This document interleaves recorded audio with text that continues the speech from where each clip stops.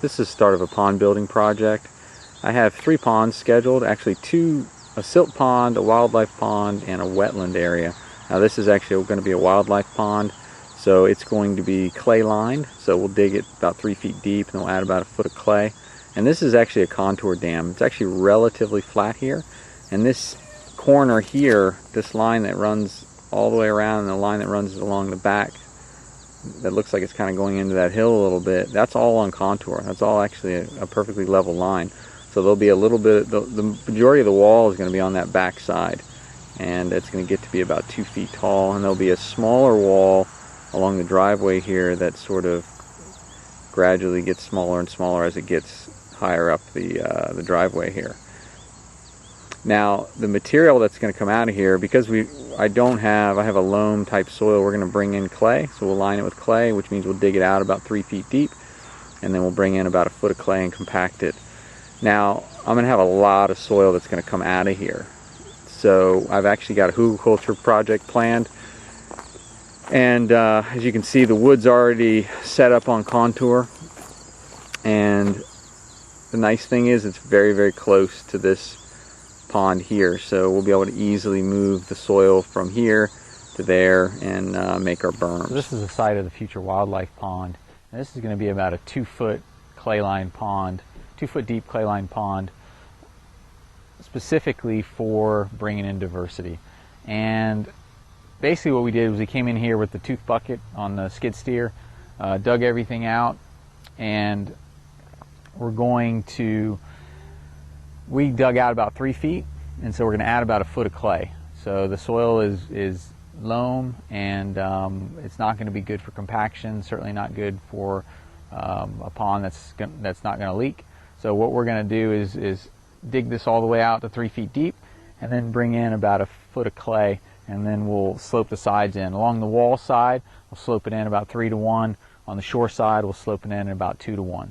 And then we're going to have a wall down here that's probably going to be about 2 foot deep or 2 foot high on the far end.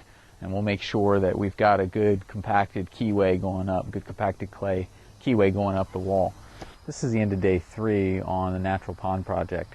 Now, this has gone much, much, much slower than I had anticipated. And the main problem has been that it's been so dry that the clay that we've been bringing in is completely devoid of moisture. So we're having to wet the pile, get the right moisture content, and then track roll it in at 3 inches compacted at a time.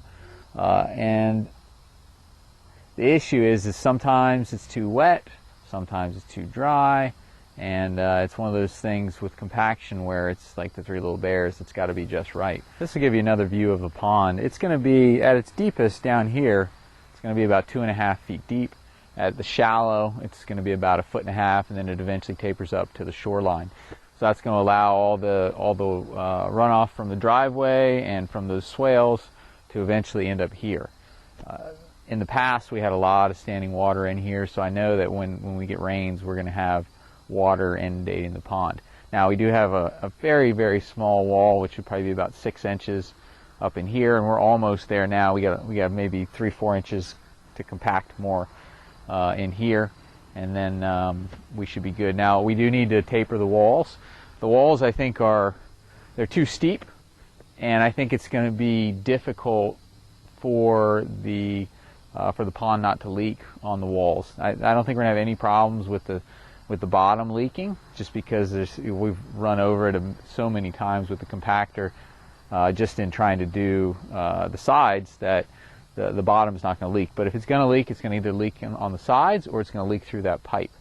Now, the way we stop it from leaking on the sides is we've got to get at least a good foot of compacted clay on the sides, and we really can't have too steep of a grade. So this grade really needs to come right down in through here. So we've got a good bit of clay material to put in and compact on the walls to make this much less steep. So we're not going to have this big wide bottom once we're all done. It's probably going to be more like 3 feet down in the middle, as opposed to the 5 or 6 feet we've got right now.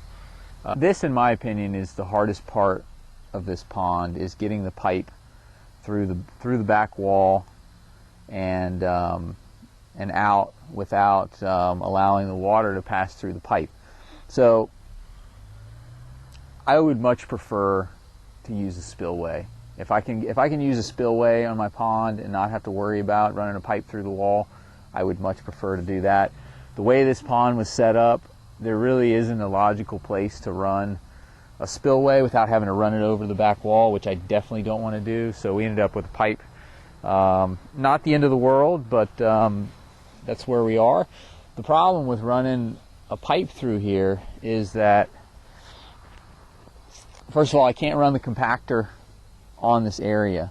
So when you run a pipe through the wall, you run the risk of water traversing the pipe and following the pipe right along through and out, and then having a leak develop through the pipe, which eventually ends up with a failure on your wall. So now I don't have much of a wall at all here. I mean, we've got like 6 inches tops of a wall. Most of it is we're using existing grade, because this is a pretty flat, very, very flat area we've got here.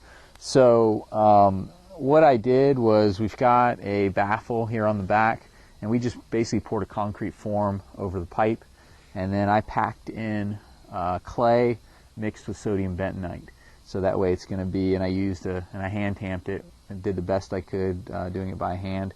And I got the compactor as close as I possibly could without hitting the pipe, and hopefully it'll hold. Now we still have more soil to pack in here, and we'll use more sodium bentonite. So in reality, once the wall is done, I mean, it's going to come out to here, probably around here or so. At the end of the day, we watered the pile down. Now you can kind of see this crust on the top is pretty wet, but if you get in, I mean, this stuff just falls apart. I mean, this is clay, but it's all just falling apart. I mean, that's just, you absolutely can't. Now, if you get something that's got a little bit of moisture, I mean, this stuff is, I mean, that's gonna hold pretty tight, and you can see that. Now, the problem we're running into is that the stuff with, you get a little bit of moisture on the top, and the compactor will literally pick this stuff up on the sheep's foot knobs, and then it will expose that, and then underneath we've got dry clay, and so then that stuff just gets pulled down the sides. So it's been a real nightmare. So what we figured out, the best thing to do is to come in here with the excavator or the tractor and move the pile around and water the inside to make sure that everything is sort of evenly watered. You don't want it to be so wet that that you can't compact it, because too wet's no good either. But you want it to be, you don't want to have big dry patches inside where it's completely devoid of moisture. So we kind of push the pile around a little bit, and then add moisture, and then apply it to the pond, and then track roll it in. That seems to work pretty well. We've tried it a couple different ways, and that seems to be the best way. Actually applying it dry and then trying to wet it on the surface, that's been the worst way to do it, because what ends up happening is it just pulls the wet stuff. The wet stuff just sticks to the roller, and then it just pulls it right off and exposes the dry stuff underneath.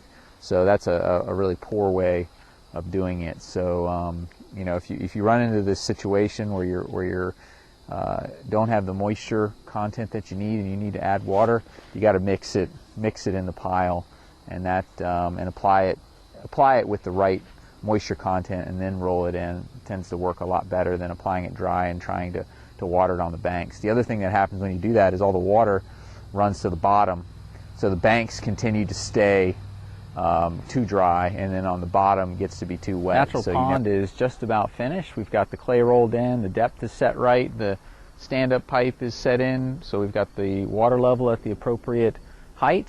The only thing left is maybe to add a little bit of compost to the wall and seed the bank, so it looks a little bit nicer. This will give you a closer look at the stand-up pipe, and basically where the grate is, that's where the water is going to go in, just above the grate. And it basically runs under the wall and comes right out there where you see that bit of white with the grate there, that will empty into a swale. So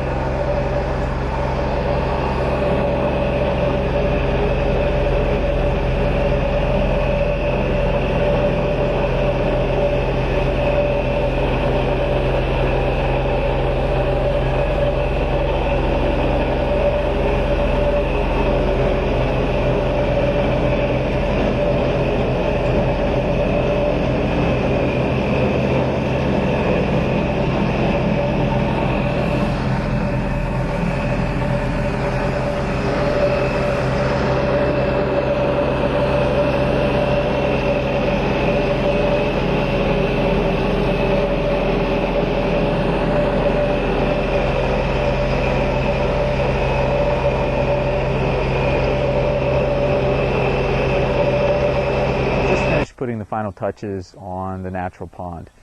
Now what I did was I came in and added some compost to dress the wall, because otherwise you have that compacted clay. Not a lot's going to grow there or look real nice. So I went ahead and dressed the top of the wall and right to the water level with compost, and then I seeded in Dutch white clover and then added some straw to retain the moisture. The clover needs a fair amount of moisture. I found that it works pretty well near the ponds because it gets the moisture that it needs. It also provides a nice cover that you don't really need to mow because it doesn't grow particularly long. So it's a nice low maintenance cover around the pond that also provides some nice habitat.